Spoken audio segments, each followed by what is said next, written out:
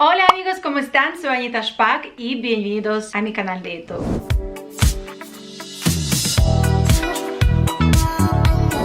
Quiero contar a ustedes la historia de mi país, Ucrania. Quiero que vean desde cuándo existe nacionalidad ucraniana, que tiene años y siglos, donde nosotros estábamos guardando nuestro idioma, tradiciones, la bandera y demás cosas culturales, para que vean todo el camino de los ucranianos desde inicio hasta el día de hoy. Quiero que vean toda la cronología, todos los datos y las personas que participaban en la historia de Ucrania, y espero que este video ayude a muchas personas a entender por lo que ahora todos los ucranianos están luchando. Entonces amigos, ¿listos? Empezamos. La vida en nuestro territorio de Ucrania ha existido millones de años. Primera vida encontraron en pueblo Korolovo, que se encuentra en una región Zakarpattia de Ucrania. Seguro que escucharon esta región ahora. También vivían unos tribus de varios pueblos como Triplians, Cimerians, los escitas, griegos, sarmatas y godos. En siglo IV, en nuestro territorio habitaban los grupos de los tribus eslavas. Un día ellos decidieron convertirse en una poderosa unidad que se llamaba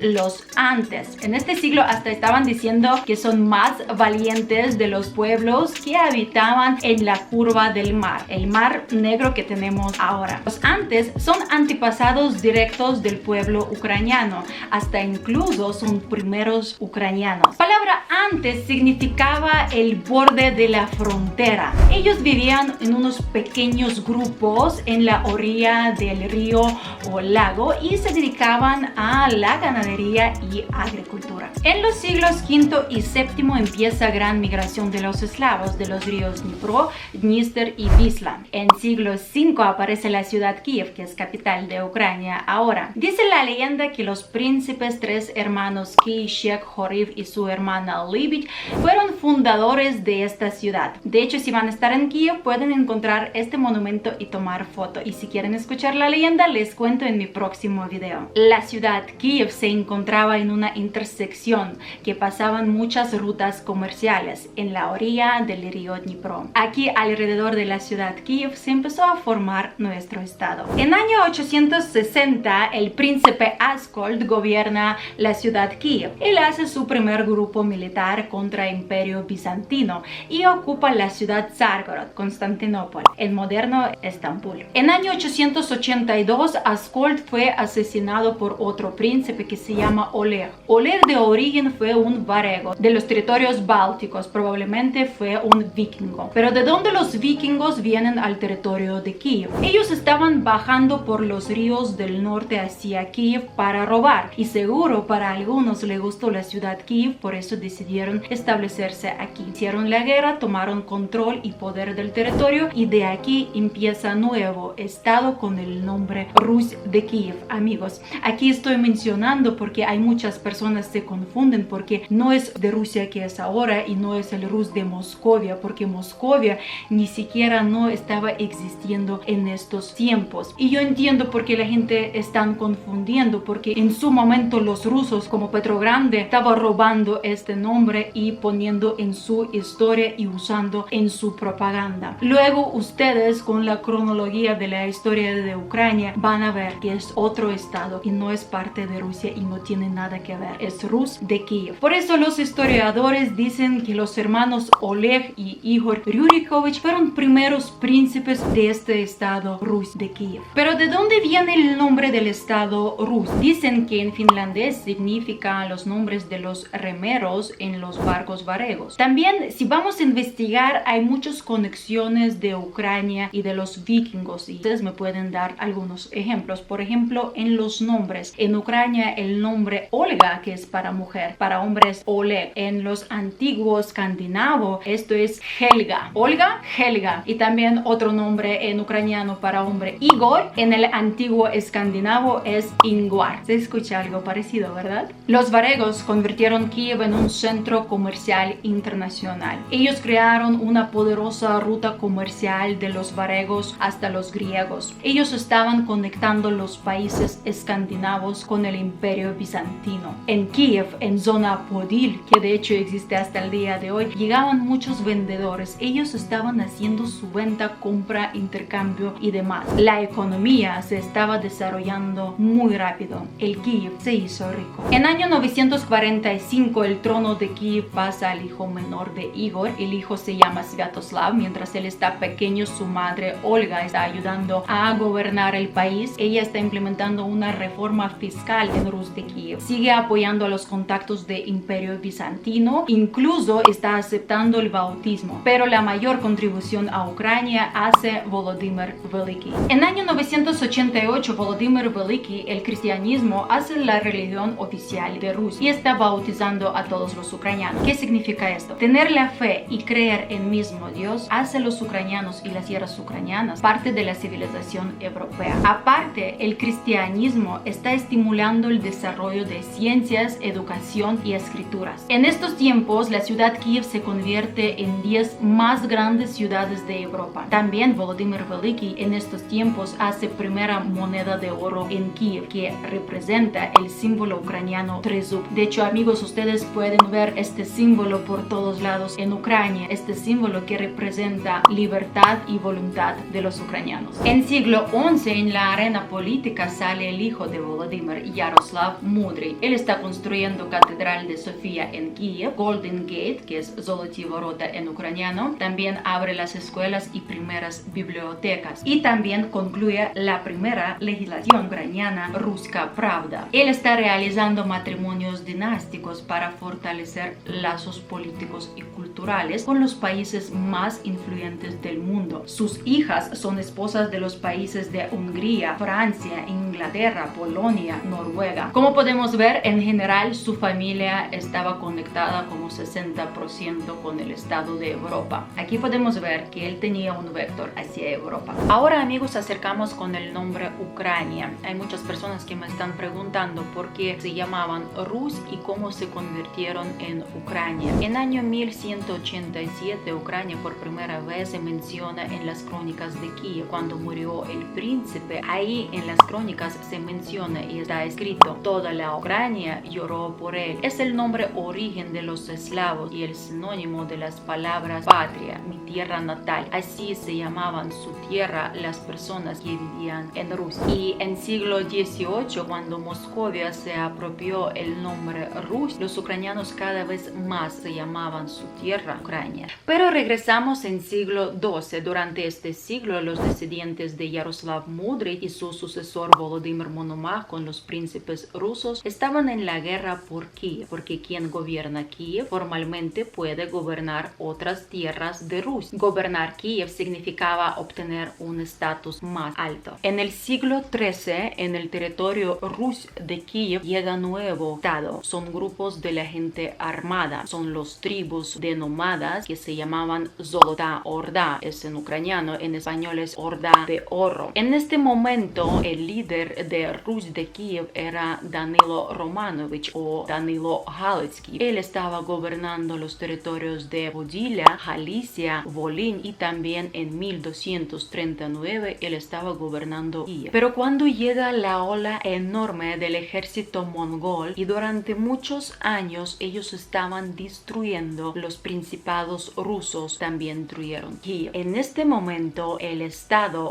Galicia-Volín se convierte en la única herencia de Rus de Kiev. Ellos se están mudando de Kiev hasta el oeste de los territorios de Rus de Kiev, de Ucrania, y ahí se están guardando toda la cultura ucraniana. Ellos siguen desarrollando la cultura de Kiev, siguen escribiendo y hablando en idioma ucraniano, en lo que hablaban y estaban escribiendo en Kiev. Todo esto se están haciendo para tratar de no perder nuestra cultura y seguir guardando aquí. En año 1253, el Papa Inocencio IV está dando un título especial para Danilo Halitsky. Es el título que se llama el rey de toda la Rusia. Para que entiendan, el Papa no regala los títulos a quien sea y lo que sea. Él está regalando este título a Danilo Halitsky porque Danilo estaba defendiendo a toda la Europa en la frontera oriental contra los ataques de Horda. De aquí y hasta adelante, el símbolo del Reino de Rus es un león amarillo en un fondo azul. Y así mismos colores en 600 años se convierten en unos colores principales de nuestra bandera ucraniana que tenemos hoy, azul y amarillo. Otros príncipes de la familia Rurikovich que colonizaron las tierras en el norte se convierten en los colaboradores con Horda de Oro, antepasados de los gobernadores de Moscú, que uno de ellos es como Alexander Nevsky. Él dice que reconoce el poder de Khan, Horda de Oro. De ahí los gobernadores de Moscú se recogen el tributo por el Khan y se casan sus hijas y hijos con ellos. El año de Danilo Halitsky fue interrumpido. Aquí Lituania y Polonia están luchando por la herencia de Rusia. Los reyes polacos fueron a negociar con Horda de Oro y compraron una parte de las tierras del reino de Rusia. La zona Volyn, que es la tierra, el centro y norte de los territorios de Ucrania, se convierte en un grande, poderoso, joven estado que se llama Gran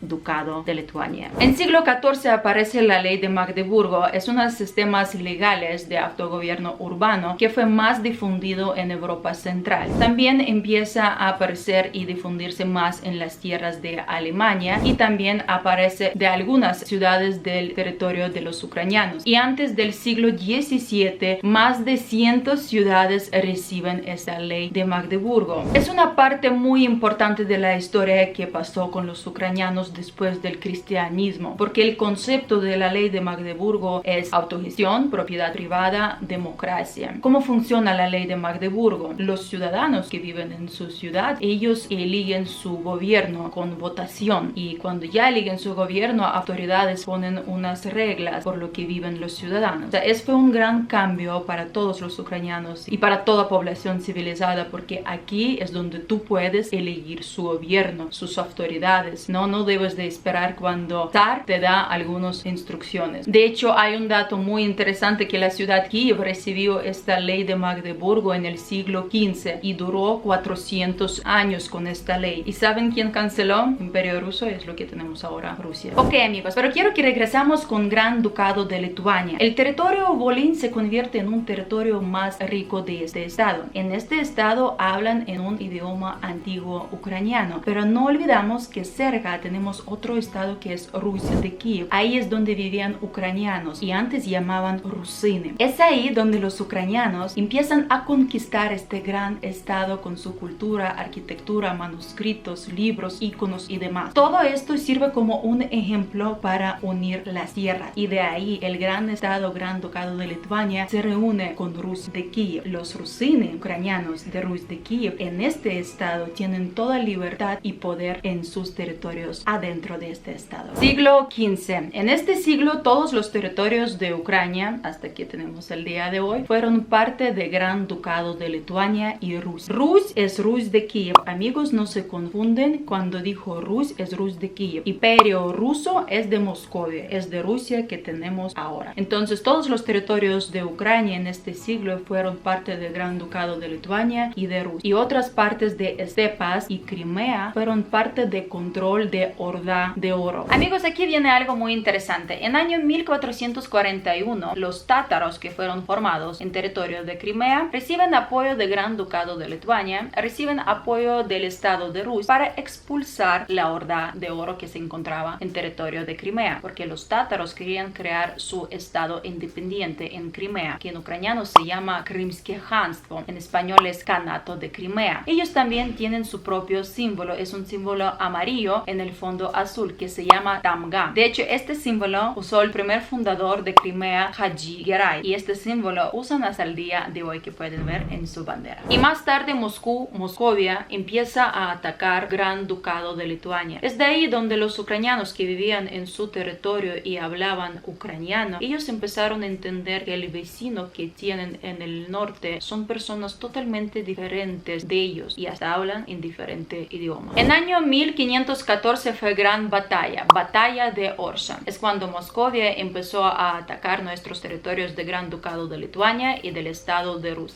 En este momento nosotros teníamos un líder del Estado de Rus que se llama Konstantin Ostrogski. Él es lo que estaba defendiendo nuestros territorios con un ejército de 15,000 personas contra ataques de Moscovia que tenía un ejército de 80,000 personas. Y él estaba destruyendo este ejército de Moscovia y ganó la guerra. Pueden imaginar 15,000 personas destruyendo el ejército de 80,000 personas. Esto fue una gran victoria para nuestro territorio. La gente estaba diciendo que Ostrogski parece a los vikingos de la historia pasada de los territorios de Ucrania. Aquí podemos ver que Gran Ducado de Lituania con el Estado de Rus, con el líder de Estado de Rus protegiendo nuestros territorios contra ataques de Moscovia. O sea, es algo muy diferente de nosotros. En un momento Moscovia fue suprimida, pero no por tanto tiempo, porque luego ellos empezaron otra vez con sus guerras y a atacar nuestros territorios. En año 1569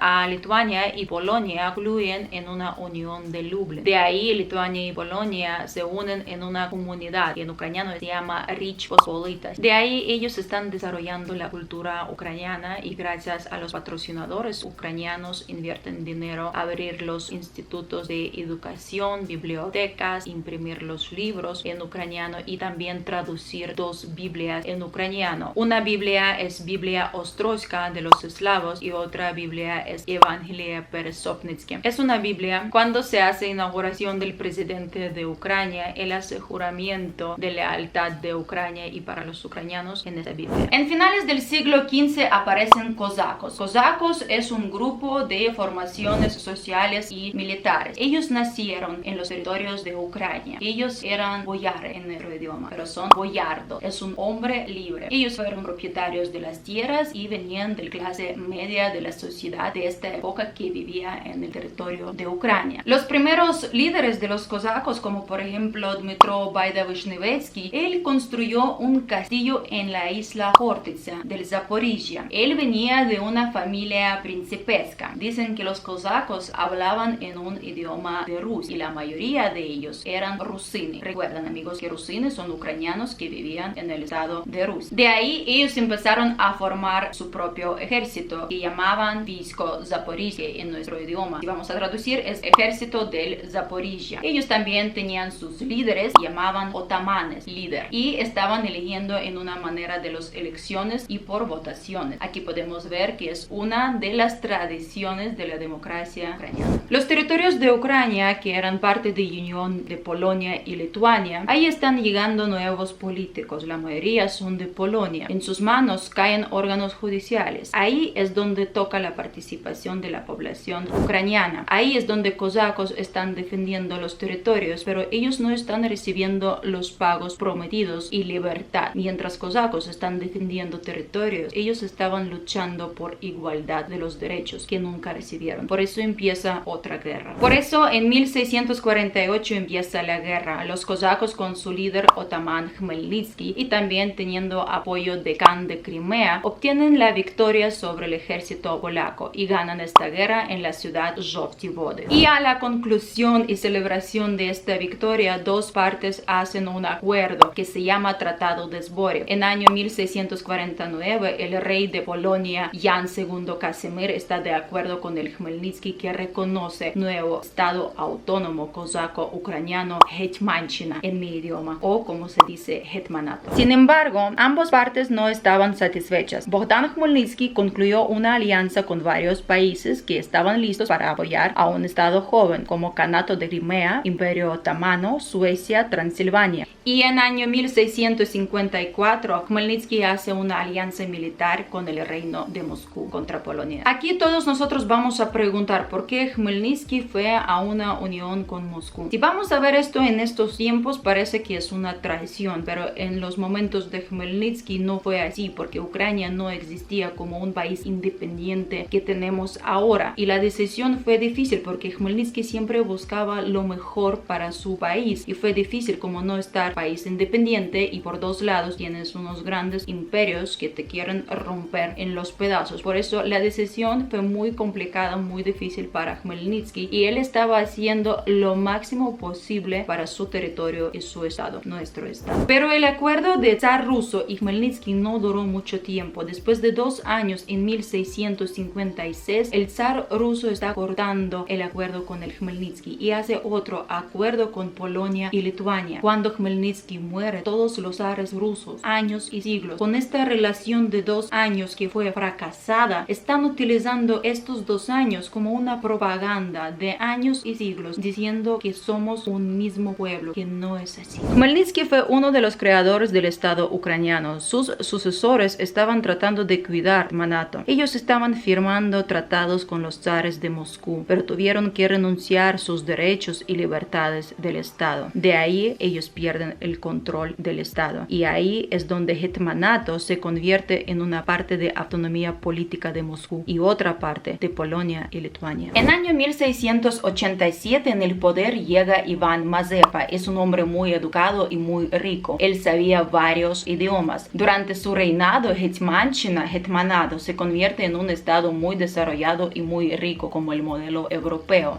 Y durante 20 años no habrá ninguna guerra en nuestro territorio. Él introduce un nuevo sistema aduanero, invierte dinero en educación, reconstruyendo iglesias y catedrales. Pero aquí, amigos, no olvidamos que Hetmanado todavía depende del reino de Moscú. Amigos, la guerra del norte. Por la invasión de los suecos en las tierras ucranianas, el zar de Moscú se está negando de enviar las tropas para defender Hetmanato. Por eso Iván Mazepa en octubre de 1708 hace una alianza con el rey sueco Carl XII para defender nuestros territorios y hasta restaurar nuestra independencia. En junio de 1709 el ejército sueco está perdiendo la guerra contra el ejército de Moscú bajo de la ciudad Poltava de Ucrania. Amigos, soy de la ciudad Poltava. Nuestra ciudad es muy famosa por esta guerra y hasta tenemos una broma diciendo que si en esta guerra ganamos, tal vez ahora podríamos estar parte de Unión Europea. Todavía estamos luchando. Pero regresamos del tema. De ahí, cuando perdieron la guerra, Iván Mazepa se retira de los territorios y luego en unos meses después él muere. Amigos, aquí vienen las fechas muy importantes. Quiero que ponen atención. En 1764, Caterina Druga, como nosotros decimos, o Caterina II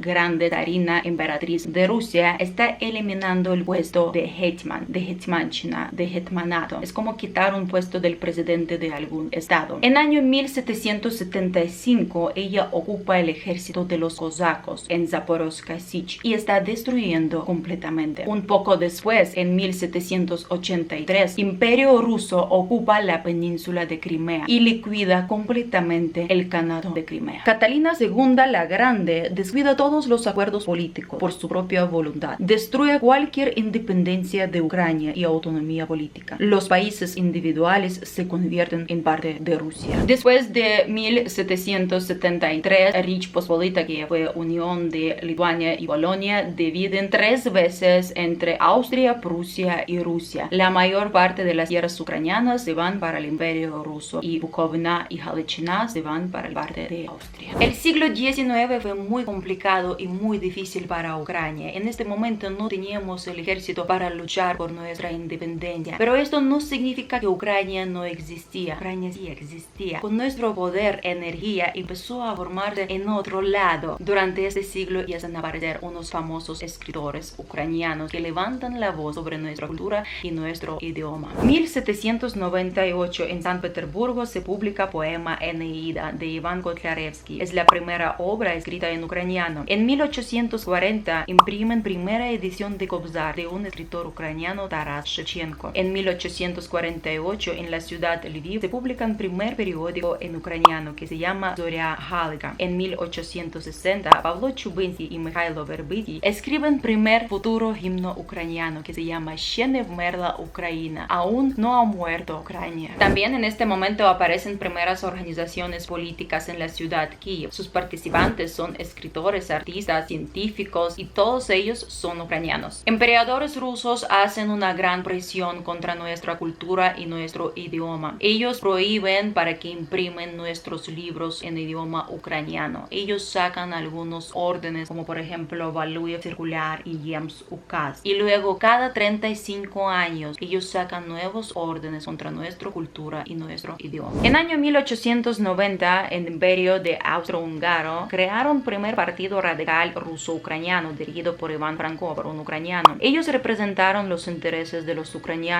en la Dieta de Galicia y en el Parlamento de Viena. Gracias a estas personas que guardaron nuestra cultura, nuestro idioma en el siglo XIX, porque en el siglo XX Ucrania tiene toda oportunidad de convertirse en un estado independiente, con sus propias fronteras, leyes y gobierno. Durante la Primera Guerra Mundial, en resultado del golpe de bolchevique, el imperio ruso se cae en los pedazos. En año 1917 se formaron las repúblicas populares de Ucrania y Crimea, que se llamaban UNR. UNR existió durante 4 años y el líder de UNR fue Mikhailo Hrushevsky, también llamamos que fue primer presidente de Ucrania, de un estado libre y independiente. En abril 1918 se produce el golpe del estado. UNR se convierte en un estado ucraniano bajo el protectorado de Alemania, encabezado por el hetman Pavlo Skoropadsky. Él hizo reformas económicas, aprobó la ley sobre la ciudadanía estatal de Ucrania y también cuidó mucho la cultura ucraniana y educación. Cuando Alemania perdió la Primera Guerra Mundial, obvio que Skoropadsky perdió ese apoyo y él estaba pretendiendo de entrar en una alianza con antibolchevique de los rusos. Es como ahora liberales rusos. Cuando las tropas del directorio de UNR entraron en eso, ellos ocuparon Kiev y regresaron su poder ahí. En año 1919, el directorio de UNR encabeza Volodymyr Vinnychenko. En capital de Ucrania, en Sofía Maidán, anuncian el acta de unificación de la República Popular de Ucrania, UNR,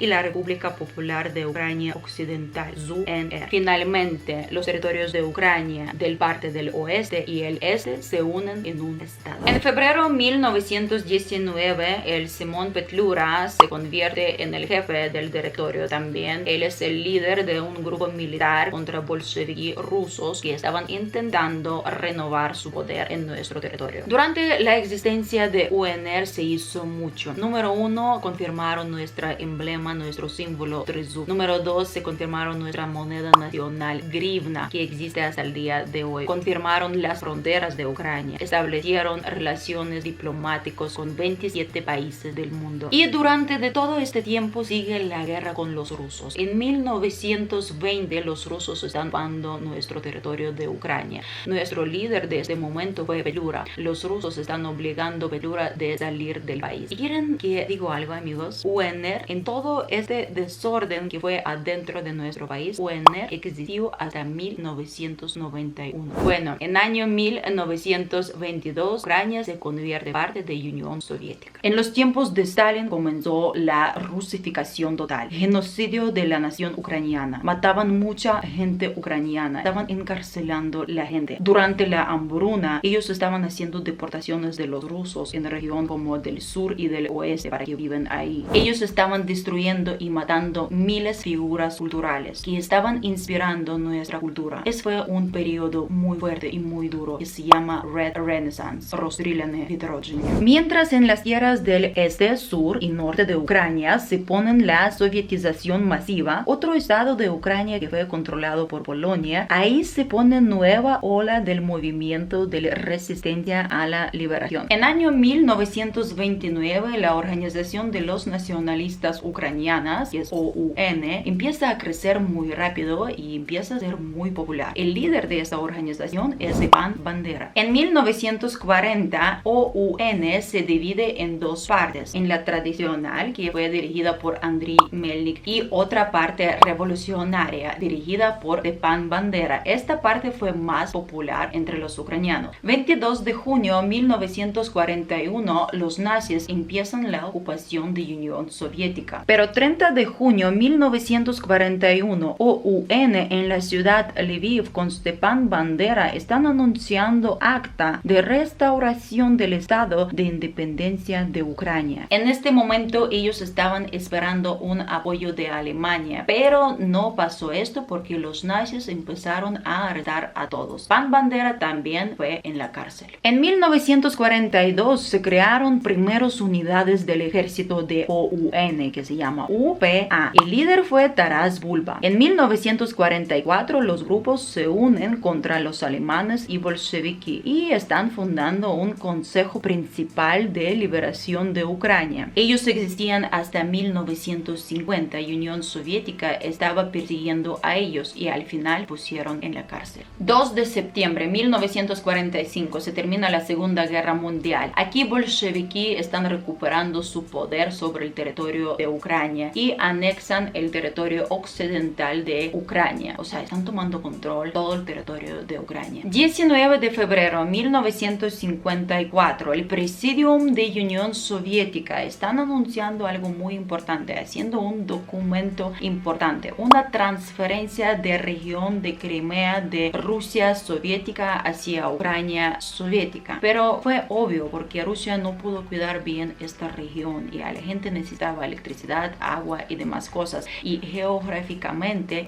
fue lógico que Crimea debe de estar conectada con Ucrania para hacer transporte de electricidad, agua y demás cosas. En 1960 aparecen los 60s. Ellos defienden el idioma y la cultura ucraniana. Están realizando actividades de los derechos de humanos y difunden información sobre los crímenes del gobierno soviético, sobre hambruna y lo demás. 16 de julio de 1990, la resistencia de los ucranianos continúa. Anuncian la declaración de la soberanía del Estado de Ucrania. Fue el momento donde Ucrania recibe todo el derecho a ser un país independiente. De ahí, Unión Soviética quería ofrecer otro trato más flexible de las reglas y demás. Pero nadie de los ucranianos querían esto. Ellos estaban cansados. Todos querían ser libres e independientes. Empezaron a marchar unas revoluciones muy fuertes que nadie quería dar parte de Unión Soviética. Y de ahí empieza la independencia de Ucrania. Y aquí llegó la fecha muy importante para todos los ucranianos. 24 de agosto de 1991. La República Socialista Soviética de Ucrania adopta el acta de la independencia de Ucrania. Y para finalizar todo eso, el mismo año, en mes de diciembre, hicieron un referéndum nacional donde 90% de población de los ucranianos votaron que sí, que están de acuerdo con la independencia de Ucrania. Claro que sí. En siglo XXI los ucranianos están luchando por sus derechos y libertad. Ellos hacen revolución en la plaza de la independencia de Kiev. En año 2004 ellos hicieron una revolución naranja por su dignidad. En año 2013-2014 fueron protestas contra falsificación, contra la dictadura del expresidente de Ucrania, Viktor Yanukovych. Viktor Yanukovych fue un títere de Putin que pusieron aquí para controlar nuestro territorio. En este momento también fueron elecciones falsificadas donde todos los ucranianos sabían que no es verdad. También para Ucrania fue una oportunidad ser parte de Unión Europea, lo que Viktor Yanukovych no aceptó. Por eso empezaron protestas contra este presidente que se fue en territorio de Rusia. Y en febrero de 2014 empieza nueva guerra donde Federación Rusa está anexando Crimea y está poniendo sus tanques en territorio de Ucrania en región de Donbass y Luhansk. Ahí es donde ellos están cruzando todos los derechos de humanos, están cruzando todos los derechos de Ucrania como un país independiente. En estos territorios ellos hicieron un referéndum donde nadie está confirmando, nadie sabe qué tipo de referéndum hicieron ahí. Y de ahí, después de 8 años, 24 de febrero 2022, Rusia hace una invasión en gran escala en los territorios de Ucrania. Ucrania está ahora en la guerra, está luchando por su libertad, independencia, paz, por sus territorios y demás. Amigos, yo hice este video, la historia de mi país, Ucrania, para que ustedes puedan ver toda la cronología de nuestra historia desde el inicio hasta el día de hoy, para que ustedes puedan ver de dónde viene nuestra nación, cultura, idioma, la historia de Ucrania, por lo que están luchando miles y millones de ucranianos ahora. Ya sé que no hay muchas fuentes sobre la historia de Ucrania, por eso aquí con toda mi energía y amor estaba haciendo este video. Perdóname si estaba pronunciando mal alguna palabra, no me critiquen tanto, pero estaba haciendo con todo amor. Si a ustedes les gustó este video, avísame qué parte de la historia de Ucrania te gustó más y te gustaría saber más profundamente sobre esta parte. Con mucho gusto voy a preparar otro video con más detalles. También vamos a agradecer a mi equipo de la edición. Y al final de este video quiero que decimos viva Ucrania, Slava Ukraini, viva a los héroes de Ucrania, Heroям Slava. Amigos, muchas gracias por estar conmigo en mi canal de YouTube. En este video no olviden suscribirse a mi canal de YouTube, dejar like y los comentarios abajo de este video. Y nos vemos en mi próximo vlog. Bye.